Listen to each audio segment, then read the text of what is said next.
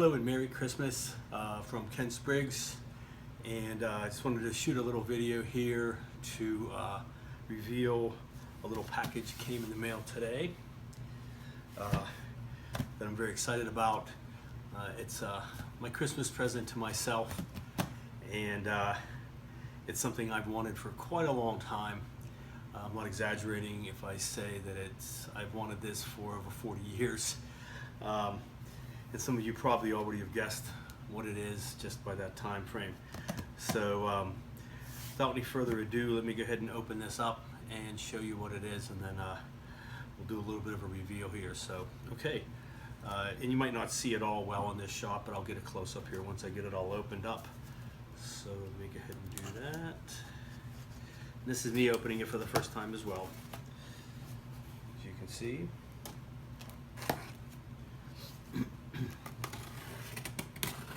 I didn't expect it before Christmas. I was pleasantly surprised that it did arrive. Quite happy with it. So, okay, so here we go. Sorry, wrong music. I think it was the Rocky music. But it is the 2001 Discovery. My, oh my, oh my. There we go. Wow, that is a beautiful, beautiful thing. Not tremendously huge. I mean, I knew from a lot of the info online and the buzz online from it that it wasn't going to be a giant box, because it's not. A lot of the parts are just single. They're going to be longer when you build it. This kit's going to be over 3 feet long when you're done. I believe 42 inches, I think. I don't know if it says there on the back, but yep, there it is. The Discovery X-Ray Delta 1. And I have a lot of great ideas for this. I'm not going to start building it up just yet, but I've already been working on some interior for it from a previous kit, the Stargazer kit, really nice kit that I never really completed, but I did a lot of work, a lot of scratch building on the interior for it. So yeah, like I said, this has been a long time coming for me, from when I was a little kid in the 70s. My first experience with 2001 was not the movie, because I was only 7 at the time when it came out in 1968. So it wasn't until the early 70s that that I got my first exposure to it through model kits, and that was through the wonderful Aurora Moonbus kit. Awesome kit, which now has been remade and also by Mobius recently in a format similar to this. But back then it actually was a Christmas present for me, which was a pleasant surprise. My mother knew to pick that out for me. I'd only started getting into model building at that time, science fiction kits. I believe one of my very first ones was the Spindrift, at least for this genre. And I just loved it. And I saw it in a Claber's. Used to have Claber's department stores, and I saw it, and I just fell in love with it. And I just begged my mother, "You have to get me this. I must have this." I think it cost in the range of like $1.97 or something. It's just crazy back then. But she bought me that kit, and I just fell in love. I just loved the interior, the little people, the cockpit, everything with it. I was just mesmerized. And then when I got the Moonbus, the 2001 Moonbus for Christmas, that just really floored me. And I know I also got the Clipper, the Space Clipper at that time also. Several other kits back from those days. The Invaders, of course, all the Boys of Bomb, the Sea View, the Flying Sub. All of those kits, I just fell in love with them and absolutely loved them. And then, but they never made a Discovery. Never made a Discovery kit back then, and never really made one until probably a decent one, maybe a few decades ago, or even less than that. Stargazer is a great example of it. Lunar Models has a good kit of it too. So, really excited to get a styrene plastic kit of this model in my hands for the first time, and just in time for Christmas. This is my Christmas present to myself. So let's go ahead. Let me go ahead and crack this puppy open, and we'll take a look and see what awesome goodies we have inside.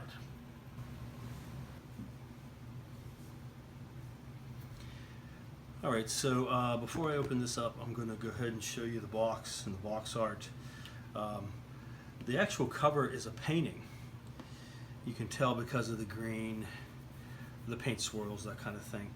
I thought from the advertising it was an image of the model, but it's just a painting. Some people had an issue with it having a space pod and an astronaut, and it's not included, but you know, every model that you have doesn't come with everything that's on it, so I'm fine with that. As I mentioned earlier, I have the Stargazer kit, which comes with 3 space pods.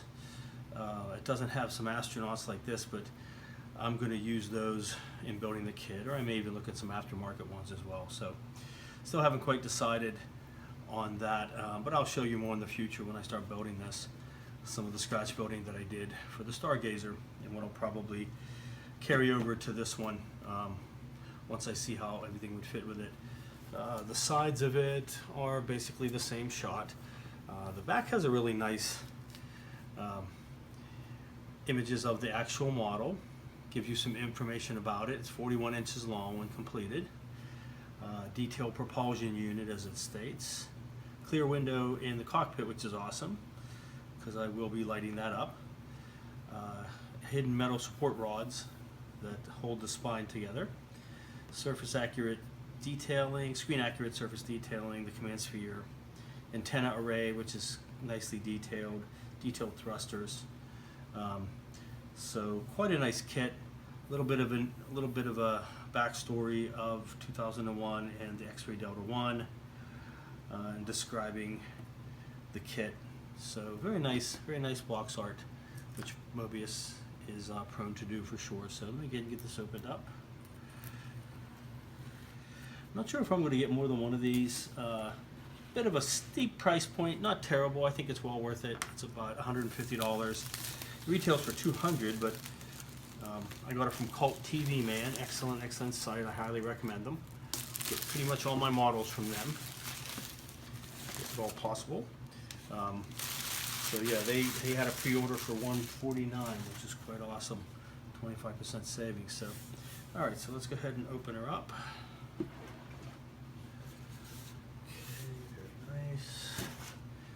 Alright, so we got the instructions right on top.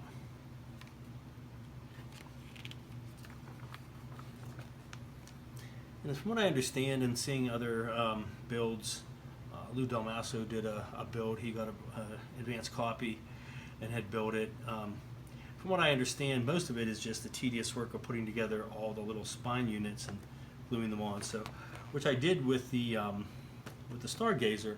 Stargazer was more sorry. Stargazer was much more complex in that they were resin, and I had to build a jig to get them all lined up properly and get them glued into place. So a lot trickier. I think it'll be far easier and more of a pleasure to build it with some plastic pieces that snap together. So very happy with that. So let's see here. So very straightforward. Looks like most of the front part will go together fairly simply, in the back as well. Yeah, and then as you can see, here's all the cargo modules. You have several different ones that are intermixed. So I think there's only like three or four repeating patterns, something like that, and they just get intermixed throughout. And there are quite a few of those. There's 18, it looks like. Well, 18 of one, 10 of another, 9 of another. So they come in sets of 3 along the spine, and then I believe there are 10 or 11 different triple sections, something like that. So, okay, quite a bit to do there. This is kind of cool. You see a shot of putting the little tube in between. But I understand there's a tube in the middle, and then 2 other rods, hollow rods, that go through and meet in the middle, and they fit right into that one. So that's kind of cool. And it looks like they'll line up on the antenna array to balance the whole thing. So, yeah, right there. That's pretty cool. Pretty awesome. That's neat too. The cargo sections come in little separate pieces that all click together and go over top of the rod, so that'll be fairly straightforward. Yeah, so you have A, B, C, D, and E pod sections or cargo module sections. And throughout the model, you can see all of this. That part is fairly complex, and there really is a certain pattern that you put them together, which is kind of cool. So, you know, like the first one has a D and an E here, a B and a C here, an E and a D here, and then it just walks its way down. So pretty cool. But I think that'll come together really nicely. All right. So straightforward, pretty straightforward. Nothing super complicated. All right, well, let's take a look. All right, so from what I've also heard, you have like this, for example, 1, 2, 3, 4, 5, 6, 7, 8, 9, 10, 11, 12 different sprues, which look like they are solely the cargo modules. And then some more down here on those cargo modules. Yeah, so quite a bit going on there. I also spotted right off the bat, here's the pod bay doors, which are separate, which are kind of cool, because I will be having at least one of those opened, possibly make it so that it opens and closes, that kind of thing, so we'll see. Since I'm going to have an interior, I want to be able to see into there. Looks like you have 3 little round Mobius type stands that also come with rods sticking out, so there's 3 of those to support it. And we'll see, I'm not quite sure how I'll end up displaying it, but we'll see down the road. And it looks like the whole length of this box, here's the metal tubing. Yeah, so you have, looks like small little tube sections for the bases. I can tell these 2 big long ones, and they're tubes, which is nice, I like that. Because what I'll probably do is put a 9-volt battery in the back nuclear thruster compartment, run the wiring right through one of these tubes to the command module, and then just run all the lights in the command module off of that, because there won't be any lights in the back. I've seen kits for the engine lights. I'll have to look again at the movie, but I honestly don't remember any engine lights at all on that kit, or really any other lights on the kit other than the cockpit, which is kind of a red through most of it, or the pod bay, of course. So that's what I'll be lighting and focusing on. So that's great. These are some sturdy rods too. I don't know what their gauge is, but they're really thick, but a sizable hole in the middle. And then it looks like you got this little small piece right here that those 2 should fit right through. And those are solid. I mean, that is a solid rod. I can't even flex that. So that's really nice. That'll be pretty awesome to keep that kit in a nice solid configuration. So, all right. We got this sprue right here. And this has the back engine compartment, so plenty of room in there for a 9-volt battery. Very nice. That'll work perfectly. And then just run the wires through that tubing to the front. I can kind of see some of the little smaller dishes in there. It's hard to tell, and I'm not going to cut them open just yet. All right, I'm saving the command module till last. That's my favorite part. But here we go. So here's the back part for the back, right before the command module in the front. This piece right here as well, I believe that's on the back. Here's the main satellite dish, or not satellite dish, communication. No, I'm sorry, that's a stand. Here's the communication dish, the big one. Goes on there. It's more of the small flat parts.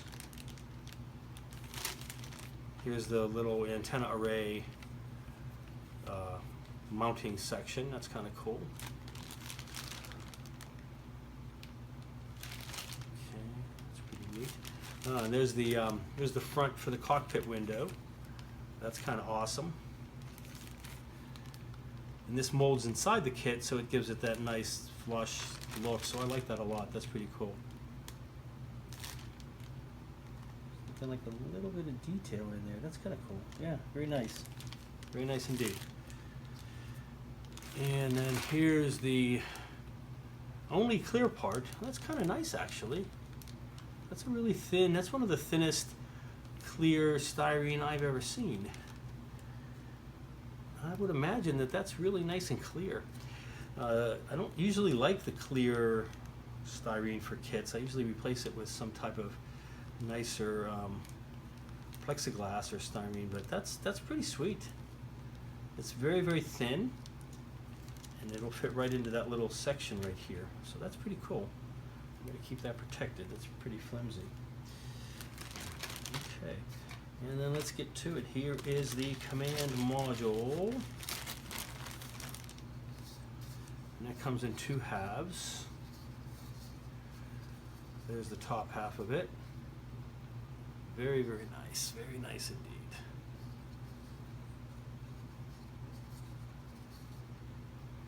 I like that plastic they chose. I thought it was going to be gray at first, and then I saw some other reviews online, and it looked like it was white, but it's almost like a pearlescent kind of a white. It's pretty cool, though. I like it. It definitely has quite a bit of the detail. So that'll be pretty nice to make that. Let's look at the bottom here. Very nice, very nice. Nicely cut out pod bay doors. I love that. I love that they put those separate. That's great. Definitely great. All right. Now the only part, and I've seen this in shots as well, and I know this photo etch to kind of fix it, but this door right here, this is a crucial part of the movie where Dave is outside of the ship trying to rescue Frank, who Hal had killed, and he comes back and Hal locks him out. Hal's like, nope, you ain't coming in, man. We're done. We're out of here. He's like, what's going on, Hal? He's like, yeah, I knew you two were plotting to disconnect me, so I had to off you. And poor Dave forgot his space helmet. Who trained this guy that he leaves the spaceship without his space helmet?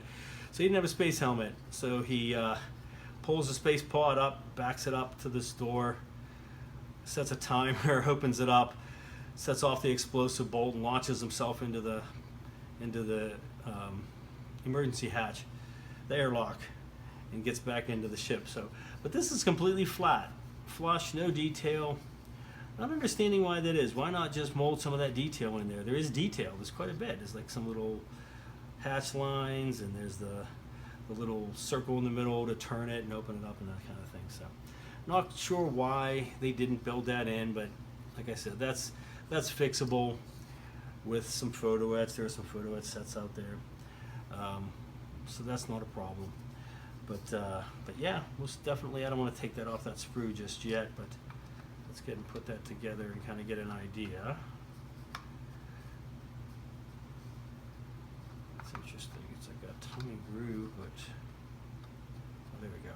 Okay. Looks like this is probably going to work the best when you have that back piece on it, but all right, there we go.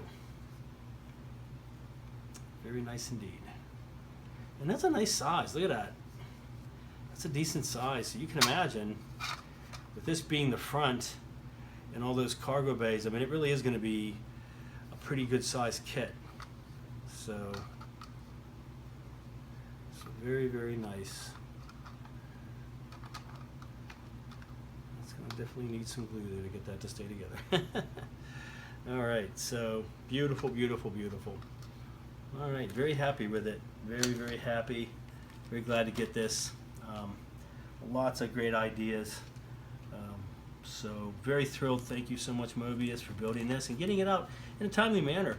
I believe this was announced late last year, early 2017. It wasn't that long ago. Poor Proteus, we waited like 2.5 years for it. So this one was much quicker.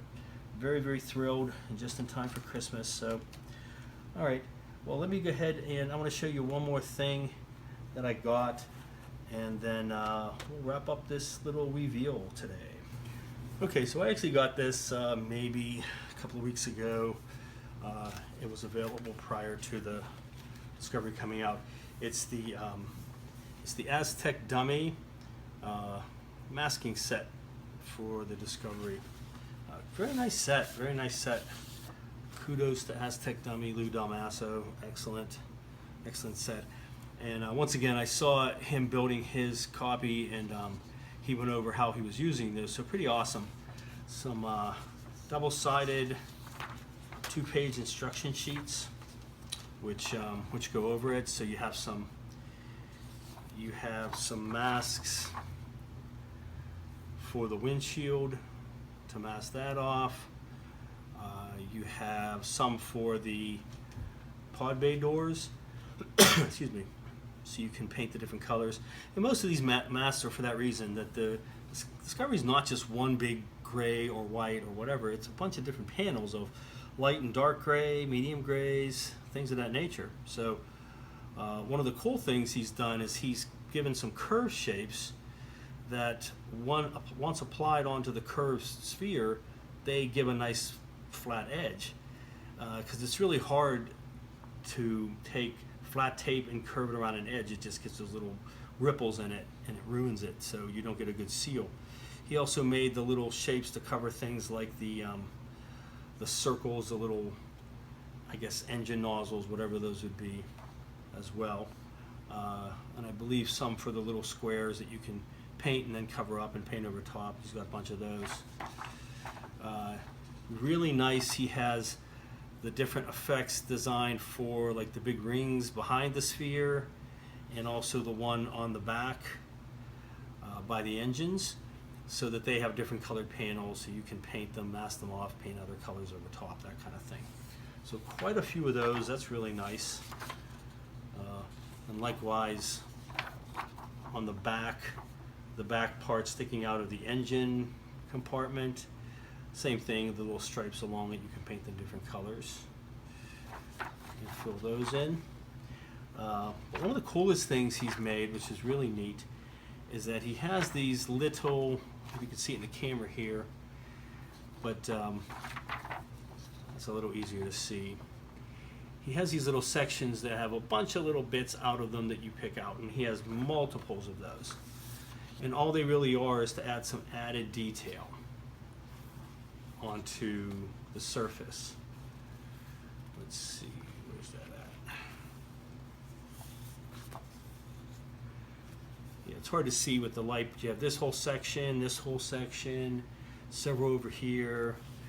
You have some more over here, some big sections. And all they really do is you just take it, you put it over top of the parts on either the back engine unit or the little cargo pods, and you spray a darker color through, and then you do it all over it, and you just create it sort of like an Aztec pattern in a way for the Discovery. And then once it's done, then you just do a light misting over top with the primary color, and it kind of blends them in, and it just gives it some other shading and detailing to look more in scale. So quite nice, very nice. Definitely excited to get this and get these going as well. I think these are quite excellent for that kit. So thanks again, Lou. I definitely love this masking set, and it will go quite a ways in helping me detail this kit to make it look awesome. So, all right. Well, I'm going to go ahead and wrap this up, and then just finish up with some shots of my awesome model kits. Alright, and then I want to wrap this video up by showing you my favorite kits, or some of my favorite kits for sure, that are reminiscent of my childhood, and some that I didn't have in my childhood, as I said earlier, that I now have today, which is very exciting to me. But it all kind of began with the Land of the Giants Spindrift, or they just called it the Spaceship, and very happy that Polar Lights reissued that as an awesome kit. One of my first as a child, definitely brought me into the science fiction modeling hobby many years ago in the early 70s.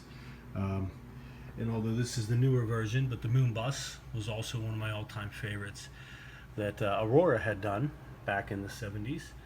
So again, loving to have it, a new version of it, and build it again. I'll be working on that soon also, and putting some lights in it, that sort of thing. The Flying Sub for Monogram, and also from Aurora originally. Definitely was an awesome kit that Mobius redid and did in a larger size. I do have that kit, which I'll be building sometime soon. And then my two ultimate kits that I've always wanted, and they weren't available until just recently, were the Proteus, which I absolutely adore. It's my all-time favorite, and I'm working on two of those right now and doing some build-ups on them. So absolutely thrilled that this was done by Mobius. And now their quick follow-up, the Discovery. So absolutely thrilled to get this one going and start building it here probably in a good month or so. All right, so fantastic. Merry Christmas was had by all, as they say. So Merry Christmas to all my subscribers. Hopefully you're getting a little bit of the white stuff like we are today, a little bit of snow. Nothing crazy, but it just looks kind of festive. So, all right, well, Merry Christmas to everyone, and happy modeling.